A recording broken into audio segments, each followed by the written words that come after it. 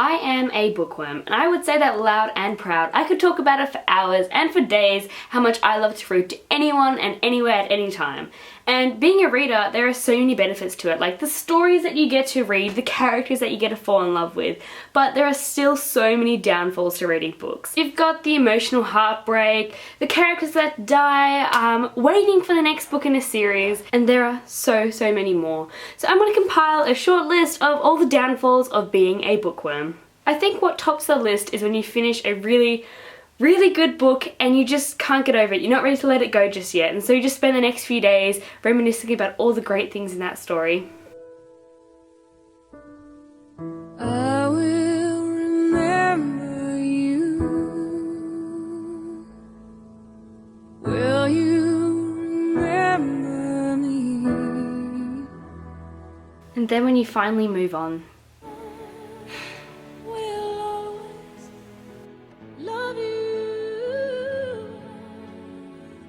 and then there's the struggle of trying to pick what book to read next. Don't make me choose between the two of you.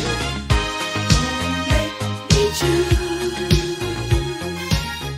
Maybe this one. Maybe this one. Ooh, maybe that one. This is it. I found it. It's the perfect one. My precious. And so you finally found the perfect book to get over your last one. But then you start reading it and all you can think about is the book that you read before. I've already read you. I need to move on to another story now. Fine, have it your way.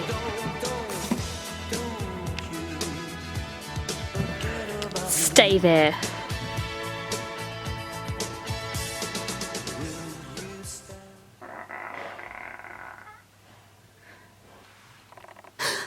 It's not what it looks like. And finally, you get over the other book that you're reading and start enjoying the one that you are, until someone decides to interrupt you.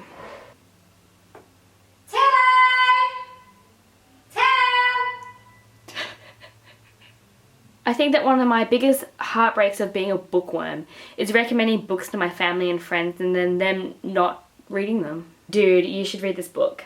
Oh yeah, I've seen that. Hasn't this been made into a movie now? Yeah, it's a movie, but the books are way better. Well, I'll probably just watch the movie. It's the same thing, right? Yeah, okay, still good. While we're talking about movies, there's nothing worse when one of your favourite books gets made into a terrible movie. I can't wait to go and watch Eragon. Let's go watch I Am Number 4. Cannot wait to go and watch Vampire Academy. I have been waiting so long to see Rose Hathaway kick some ass. What the hell is this? That is not how it went in the books. I wasted $20 for this?